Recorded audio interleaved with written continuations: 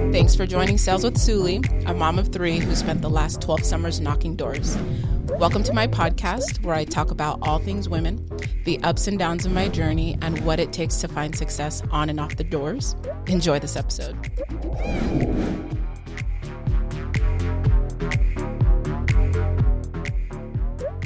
Welcome back, friends. Thanks for tuning in this week. I'm kind of excited about the gals that I have with us today.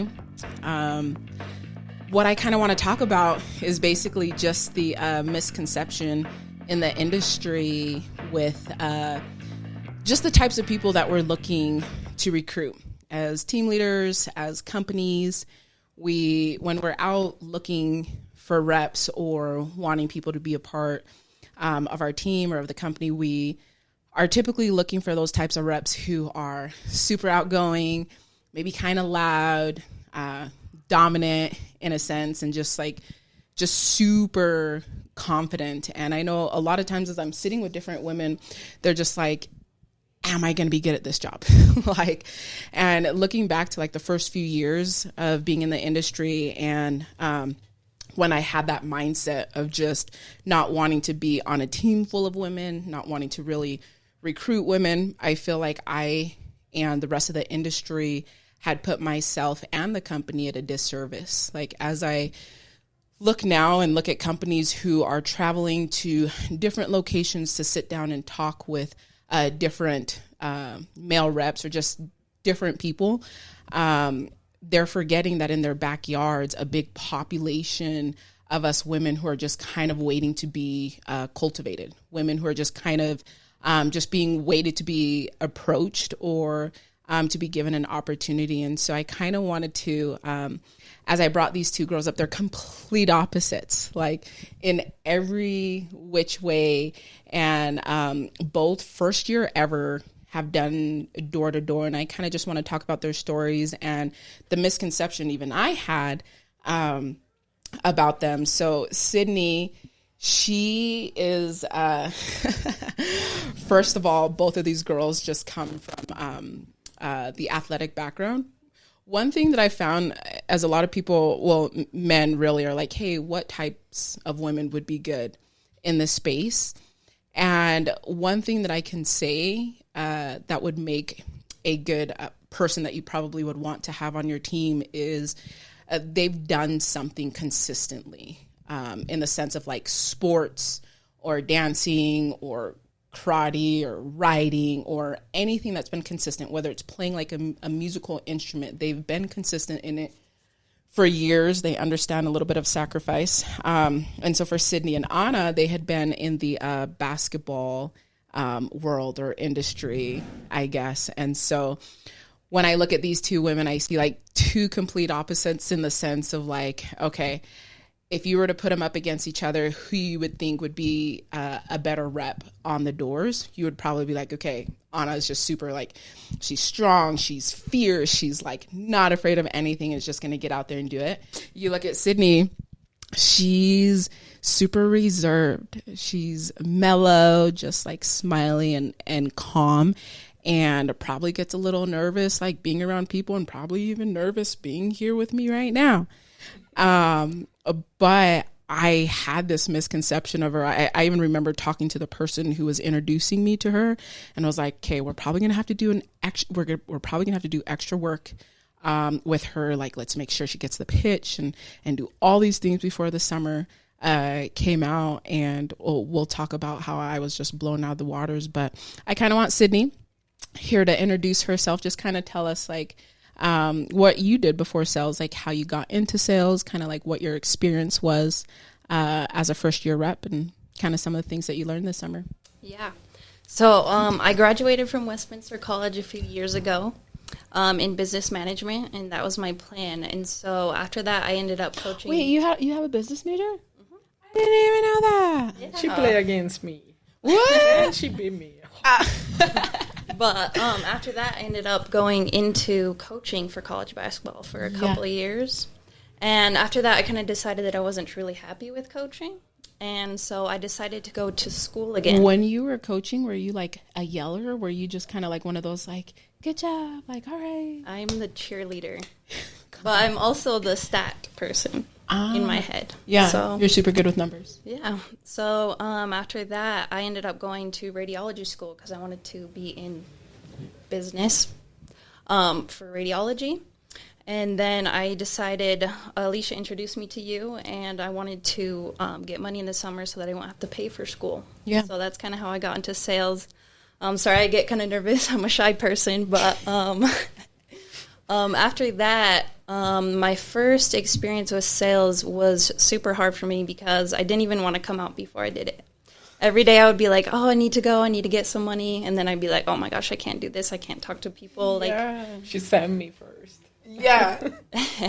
Because it's like super hard for me to communicate sometimes with people just because I'm shy and things like that. So the first year, I just knew I was going to be afraid of rejection. And sometimes I saw that on the door when people, gave me a hard no or something super just rude to me. It would put me down for the rest of the day, and I couldn't keep consistency. Yeah. This is like the first couple of like weeks or so. Yeah, this is like the first month or so. I would just get down with people being rude to me or whatever. But after that, I kind of noticed if you just don't care what people think or you just are consistent through everything, that it's going to work out for you in the end. And so basically rejection was really hard for me, especially because I'm shy. But at the end, I think I didn't even notice the last couple of months. So that was kind of crazy for me. Yeah. Well, how did you overcome like that? Because that's a lot of like women's holdbacks from like getting into the industry. They're just, we all fear rejection. We're just so nervous about getting out there, especially not having any door-to-door experience. Like, what were some things that you did to be able to overcome the fear of rejection? I think I just had a mindset that was like, do not let emotions control you. Yeah. And so after that, I was never too excited. I was never too down. So I just stayed consistent with people. And I think just not letting your emotions control you on the doors is what helped me be consistent through the rest of the summer. Yeah. So what are some takeaways that you did take from the summer, especially being on a team with like just a lot of women, a lot of like first year reps? Like, what would be like some advice that you would give to girls who are a little bit shy and afraid of rejection, and this is kind of like their first year? Yeah. Some advice I would give, that's hard. There's a lot. But honestly, just I couldn't be afraid anymore. I mean, I had to do it, and I was there, and I was already there. And if you're not going to work while you're there, just don't come out. And if you, yeah, just leave, please. Don't come. Just leave Sully alone. No, but it's really hard for me to like. I just get super nervous all the time. I have anxiety, things like that, and I just think like as long as you don't let your emotions control you, and you're just consistently feeling the same feeling, I think anybody can get through selling anybody. If I can, everyone else can, and especially women. No, and I love it. And that was like the biggest like thing and shocker for me with like Sydney. First of all, she was like the lowest maintenance like rep on the team because she was just super mellow. And so as I'm looking back through the years, those girls who were just like a little bit shy that I never approached and given the opportunity to, I'm like, holy cow, I was definitely just doing myself a disservice and doing the company a disservice. Because as I look back to Sydney being literally one of the top performers on our team, she's never complaining. I'm trying to like honestly think about a time that she's like complained. And if she has, it was probably like in private, I'm sure. I'm trying to think. Freck. Like, there's always got to be one. And so that the cool thing about having different types of personalities and not judging, a female or a woman rep, by their cover is definitely my new motto. As I look back and remember like how reserved I was about like Sydney and being able to come out. And then, yes, those first couple of weeks, it was like, all right, she just needed like a little bit of help, a little bit of shadowing. And then from then on out, it was just like the text or comments that I got from her was like, okay, I'm done with the area. I need a new one, really is all it was. And so to be able to see her coming from no sales experience, from her being a little bit shy to now like being one of the top performers and wanting to be in sales, and just seeing like some of the things that she has learned. Like, do you feel like some of the concepts and stuff that you learned during the summer, you'd be able to use it in business or whatever it is that you're wanting to do? Especially communications. Yeah, that was like the biggest one that you were wanting to learn for sure. Yeah, so those of you women out there who are a little bit shy, those of you women who are a little bit reserved, like, yes, you definitely can find success. And to those of us leaders out there, male or female, not really reaching out to those who are a little bit reserved, don't do yourself the disservice, and make sure that we are being able to talk to women of all shapes, sizes, and forms, because you just never know how they're going to shock you. And then to my right, having Anna there right along with us. She's more my personality in the sense of super dominant, like fierce, make sure you know when you're doing something wrong. Thank you for that. I kind of want Anna to just kind of talk about where she came from, like just kind of her background. Like, one thing I love about Anna is just like how much of a hard worker that she is. She, English isn't her first language. I have so many women in my DMs, and even men as well, from different countries and places like that, are like, holy cow, like if only I can come out there. Like, what kind of opportunities are there? Tell us where you came from, Anna, like why you decided to be here in America, and just kind of like what you've seen as far as like work ethics, like the difference between where you're from and you being here, and how you've been able to apply it. Yeah. So I'm Anna, clearly. I'm from Italy. I came to the United States about 7 years ago now. Oh, it's been that long. Yeah. Okay. My English has got better. Yeah. But no, the main reason I came here is because I always wanted to come to the States, and I grew up watching Space Jam with Michael Jordan. So, of course, I wanted to be in America because it's the best place to play college basketball, right? Yeah. So, at first I came, just wanted to play college basketball then. But I was also a good student. And then, I tore my ACL. 4.0. Yeah. But I tore my ACL. So, at that point, I started to balance school and sports, because, like, I start noticing, like, once you turn your ACL or you injure, like, you're still viable, but it's not the same. Like, yeah, you in gotta a keep team, that physical, you gotta like, keep that physical. Otherwise, like in business, like if you don't produce, you're gone, right? Yeah. Same thing with basketball and not in life, hopefully. But and so I started prioritizing school, and that's what it was good. I got a double major in accounting and financial analysis. I got an internship, and I moved to Utah, and I hated my job. I didn't like it.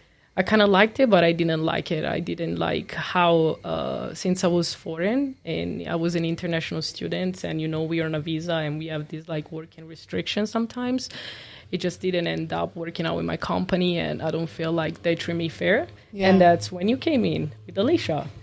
Alicia actually took me in with her family when I moved to Utah. They were the best. They took me in like Alicia. I was there. I love you, Alicia. Like, they literally took me in like I was their daughter from another mother, whatever. Yeah. But they took me in, and I stayed with them, and I got my job. And then once I was done, you came in, and you told me that I could come and work for Pure. And honestly, coming from Italy, I don't know if you guys are into politics. I don't want to be politic, but, we're like, it's a socialist country, and there isn't as much opportunity as people think it is. Like, it's great, good food in Italy, definitely go for vacation. But no, if you want a job opportunity, like capitalism, like it was everything for me right now. Like the opportunity that you can just, quit a job and then find a job literally the next day in whatever you want. And that's not like that in Italy. No, like even like if you want to open a business, like solely open a business, you go and you open a business. Today, tomorrow, you have your LLC ready, your S Corp ready, you go and do your business. In Italy, 10 more years before you open a restaurant or whatever. It takes forever. Wow. And so like America is great for opportunity, and I really took this opportunity up here. And it was very good, especially because the reason why I wanted to go up here is my why. My why was big. Since I didn't like accounting, I feel like I wanted to, make a difference in the world like everybody else trying to. Yeah. With the little self, we always try to make a difference. And I wanted to pursue medical school because I actually want to help people like the best way I can, which is helping them with their health, right? Yeah. Health. So my wife was getting money for medical school, and that's why I work hard. I did complain at times, so they might tell you, not only for things that I thought it were important. But no, I really work hard. I fought out the door. Had people tell me, I hope you die. I didn't tell her, I hope you die back. It's karma. You thought it. I thought it, but you know what karma is. So I just let her bring me some luck. And I was actually very successful this summer, and I was happy. We make good money, me and Cindy. She's my rock over there too. She calmed me down when I'm crazy. But I love it. Well, one reason that I'm earlier in one of my other episodes is I talk about team leading and kind of like just the dynamics of recruiting. And one of the things that I think that is super important and super, I don't know, I never took criticism well. It wasn't until like the last 3 years, you know, as I'm like finding myself and putting myself in more of a mindset of abundance and just being a lot more open-minded. And I look at women like yourself who are just as, you know, a red personality as me, and just realizing like how important it is to have someone like you on the team, for one, to continue to remind me about humility, you know, as a leader and mentor. But a lot of times like leaders and maybe even companies thinks that ideas aren't that great if they're not coming from you. And I had learned that from you like this year, like a lot of the things that you had to like offer and bring to the table as far as like ideas. And you were really good at like, hey, Kate, you know, this is wrong. This is something that we need to do. But it's for me as a leader, if I'm going to emotionally react and like, holy cow, like, okay, all she's doing is going to be like X, Y, Z, as opposed to you truly are trying to find ways to be able to help the team, be able to help the company, being able to help. And sometimes we can take that negatively. And I think that even like some men in the industry would be like, oh my gosh, she thinks that she's like way too good. Like she's like the shit. Like she's like all these things that we like avoid wanting to bring people like you to the table, or we avoid wanting to recruit women like you on the team, when we don't realize the value that you bring is going to supersede, you know, some of those dominant expectations that we have. Yeah, everything that I said, I never mean in a very like egoistic or selfish way. Yeah, I always put it as in a perspective of, okay, like this is what the company wants and wants to be, but how can we achieve it? How, you know, like all the things that I say was like to help the team, not to just help me, but to all Sydney, Alicia, Jenny, Destiny, like all the setters, and like try to make the program even better, to invite people to have setter, because if you have more setter, you have more leads, and the company grows better. And when the setter is happy, they perform better. Yeah, like, you know, employee, you give them better benefits, they might work better and harder. Yeah, and they're even more loyal to,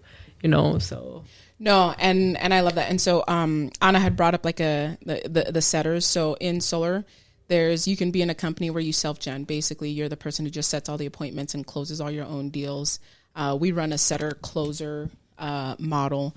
And what that means is a lot of these girls are going out and setting the appointments, and then some of us will come behind them and actually close the deals. And as I'm on a team, you know, where the majority of us are women, I just like look and see like all the different dynamics, the different personalities, the different emotions. And the old Sully would look and be like, holy cow, like all the emotions, like all the drama, all the different things. I just had a conversation, probably spent an hour talking to a woman, you know, that I'm having like look at the company, and she reminds me of me because all she's doing is just like, yeah, I need to have my own place. Like I don't do the whole female thing. Like they're just like so catty. They're just so all these things. I want to change that. Like, yes, all of us come with emotions, men or like male or female. But one thing that we forget is just how much power is found with women being able to be compassionate towards each other. Like, I feel like you guys have made friends, you know, during the summer. You guys were there for some people who we would have never even met had it not been outside of sales. Like, they definitely like trust you and like look up to you guys, and just like they're able to confide. Maybe Sydney, I wasn't as nice, as compassionate as Sydney could be. So But don't come to me if you want a compassionate advice. If you want honesty, sure. But never for a compassionate advice. And that's the joys of having diversity on the team. Right. You want to be able to have someone, if you want they're just going to keep it real. And then it's like, yes, if we want like a pat on the back, if we want like a hug, you definitely want to go to Sydney. You have Sully and you had Kyle. Yes. Right? And I recognize as a leader is, I don't have the option to, be one way or the other. I have to choose compassion. I also have to choose firmness at times. I also have to, be able to give out hugs and be able Kisses. You give me a getcha kiss. I love that. But again, so this episode is mainly just for you women out there who, not even just the women, for those of you leaders and companies out there who kind of maybe overlook, what's just in your back door. Like we kind of overlook some of those women who would be a great asset to your company. And I just remember hearing one of Anna's stories when she was at her previous company and how everyone got raises except for her. And I look at like Sydney and how I like judged her and was like, holy cow, like she's just going to need a little bit of extra work to be able to find success. And, in return, I'm the one who was like flabbergasted and will no longer, make those mistakes. But I look at Anna and I'm just like reminded the importance of like, we are going to go and ask for what it is that we deserve, but we're also going to go and work for it at the same time. And so for those of you women out there who are kind of questioning the door-to-door space because you're a little bit more reserved, because you're a little bit more shy, Sydney will be the one here to tell you that what? Go for it. Don't be shy. Don't be shy. And I think there was even like a couple times where I would go and shadow Sydney and she would just be like, Sully, I promise when you're not here, I'm like better. I'm like, great. She used to text me that. She was like, Sully's coming. I can't do this. And so for those of you leaders out there, the ones who are a little bit more reserved, when they're in their element, like by themselves, like they're given the tools, they're given the training, they're going to just be great. And Sydney, I just want you to know like how proud I am of you. And like, I'm sorry that I like misjudged you for like, oh, I'm not even sure. And Me too. I'm proud of you, babe. Thank you. Yeah. So, like the old folks. Yeah. Oh my gosh. Anyone out there, if you guys want some training on how to freaking like sell old people and get them to stick, like meet Sydney. Just like every time I would get like an old one, I'm like, oh my gosh, but they're the ones who would always close. Like Sydney, just, like everyone wants her to be her granddaughter. So Danny Pesci, you've definitely got some, you've got someone who's going to give you a run for your money, because I know you love old people, but the old people love Sydney. Like, I'll tell you that right now.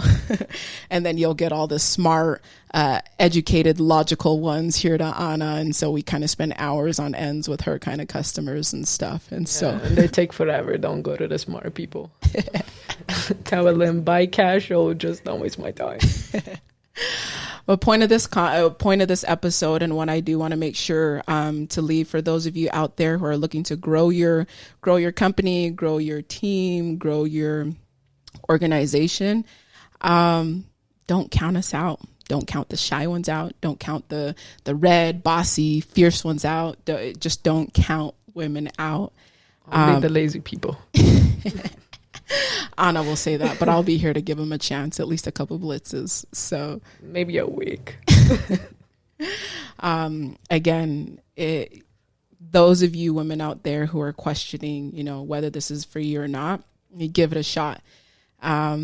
This is definitely a great opportunity and a great space for you to hone your skills of communications, of overcoming mindset, overcoming objections, overcoming different things that you're going to be able to apply, in medical school, in business school, in dental school, in any kind of or whatever it is that you want to do in your life. Door-to-door sales is the best stepping stone. Whether you want to get out of debt, whether you want to become a lawyer, whether you want to become a cop, if you can understand and if you can definitely master the concepts of rejection and door-to-door sales, no matter how shy or how fierce that you are, you're going to find so much success, not only in the door-to-door space, but you're going to find so much success in anything else that you want to do in your life. Until next time. Thanks for taking the time to tune in. If I've added any kind of value to your thoughts on knocking doors, please share this podcast with another female rep. Until next time, know that you are capable, you are valued, and most importantly, you are enough.